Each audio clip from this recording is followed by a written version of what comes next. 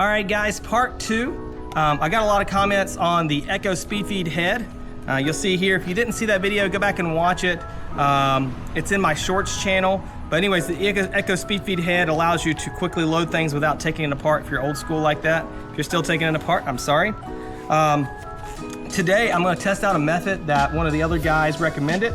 This is a 0.105 string, so it's a little thicker than I'm used to using.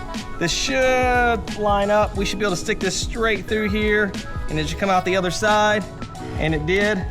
So we're gonna take and even this bad boy up. I'll be right back. All right, so I got my 0.105 string in here. It's a little thicker than normal.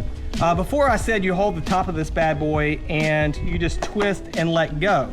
But another guy told me, said, you don't have to let go, you just go back the other direction, then come back. So I'm gonna try that. Oh, I see what he's thinking.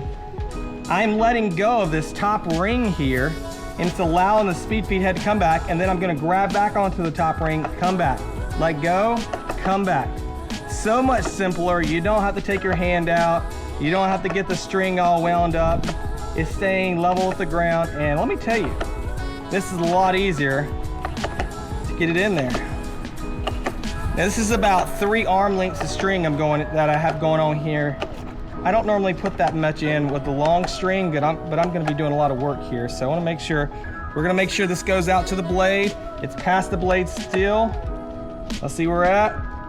We're at the blade. Make sure you get that bad boy cleaned off, guys, so you can cut your string easier, especially using the thicker stuff.